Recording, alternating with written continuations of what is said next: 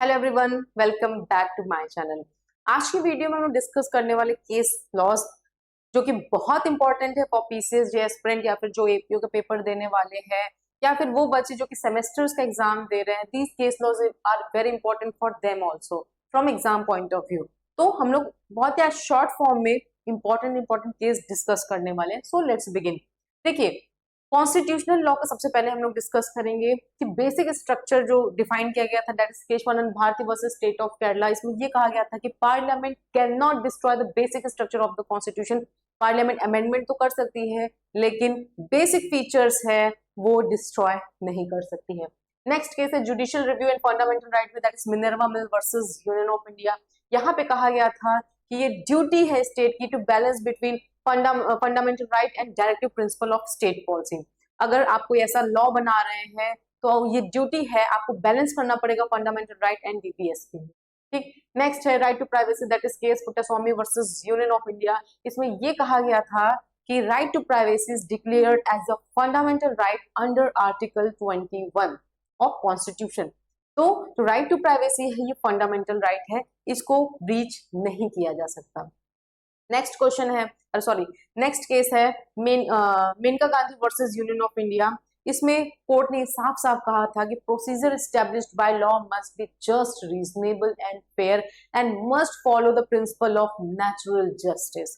ठीक है, ऐसा एक नहीं आपने कोई भी लॉ बना दिया, नेचुरल जस्टिस फॉलो कर रहा है कि नहीं कर, ऐसा नहीं है। कोई भी लॉ अगर स्टेट बना रही है तो it must be fair, just and reasonable and must follow the principle of natural justice.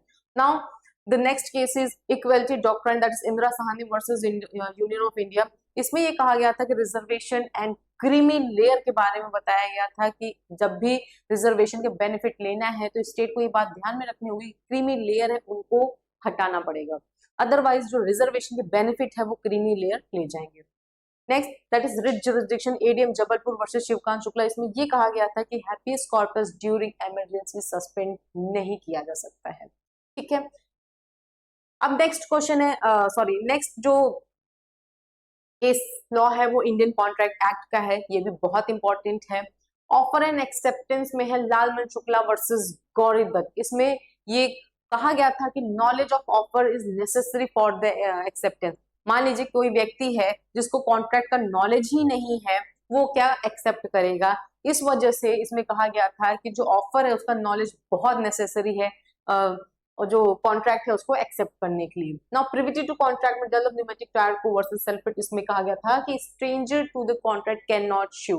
मान लीजिए दो पर्सन अगर कॉन्ट्रैक्ट में पार्टी ही नहीं है तो वो उसके लिए क्लेम नहीं कर सकते हैं। ठीक, कंसिडरेशन में आया चिनाया वर्सेस रमाया। इसमें कंसिडरेशन में move from third party also. Now tort law, यहाँ से भी बहुत इंपॉर्टेंट केस लॉज जो है वो पूछे जाते हैं ऑलमोस्ट हर पेपर में, चाहे वो सेमेस्टर का हो या फिर किसी कंपटीशन एग्जाम का। That is absolute liability. इसमें M C Mehta versus union of India, one of the most important case laws है। इसमें एब्सोल्यूट लायबिलिटी का जो प्रिंसिपल है वो इवॉल्व किया गया था। नेक्स्ट स्ट्रिक्ट लायबिलिटी के रेनाल वर्सेस फ्लेचर। इसमें स्ट्रिक्ट लायबिलिटी के जो कोर्ट है उसमें स्ट्रिक्ट लायबिलिटी का जो रूल है वो डिफाइन किया गया था। So absolute liability and strict liability, these both case laws are very important case laws for exam point of view, चाहे वो पीसीएसजे का हो, चाहे वो एपीयू का है, या फिर सेमेस्टर पॉइंट ऑफ व्यू जो कि बच्चे एलएलबी कर रहे हैं। Now criminal law, that is IPC, BNS या सीआरपीसी, बीएनएसएस या फिर एविडेंस का है। ठीक है, तो सबसे पहला जो केस लॉ है that is rarest of the rarest case, Bachchan Singh versus state of Punjab. इसमें कोर्ट ने ये कहा गया था कि डेथ पेनाल्टी देना तो चाहिए but in rarest of the rarest case, इसको एज अ नॉर्मल नॉर्म्स नहीं बनाना है कि नहीं जिसमें लग रहा है उसमें डेथ पेनाल्टी नहीं, rarest of the rarest case में ही डेथ पेनाल्टी दिया जाना चाहिए। डैंग डिक्लेरेशन का जो केस है खुशहाल Rao versus state of Bombay, इसमें कोर्ट ने साफ साफ कहा है कि conviction can be slowly based on dang declaration.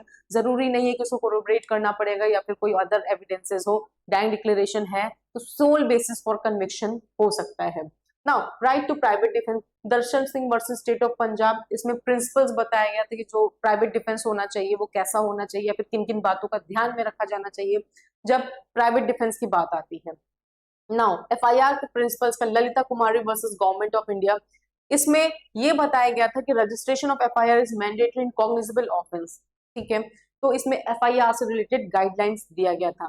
Now bail principle, this is very important, state of Rajasthan versus Balchand, इसमें कहा गया था कि bail is a rule and jail is a exception. तो ये बहुत इंपॉर्टेंट प्रिंसिपल था जो कि इसमें दिया गया था। नाउ लॉ ऑफ एविडेंस में था, सर्कमस्टेंशियल एविडेंस में था, Sharad Sharda versus state of Maharashtra, इसमें 5 गोल्डन प्रिंसिपल्स दिया गया था जिसको हम लोग पंचशील भी कहते हैं। कब? जब सर्कमस्टेंशियल एविडेंस को कोर्ट क्या करेगी, उसको sole basis for the conviction रखेगी। कन्फेशन में पाकला नारायण स्वामी वर्सेस एम्परर, इसमें कन्फेशन का मतलब बताया गया था, कन्फेशन कब रेलिवेंट होगा, कन्फेशन कब रेलिवेंट नहीं होगा, ये सारी बातें इसमें दिया गया है। Now last scene theory, that is Bodhraj versus state of Jammu Kashmir, इसमें लास्ट सीन थ्योरी के प्रिंसिपल्स बताए गए थे।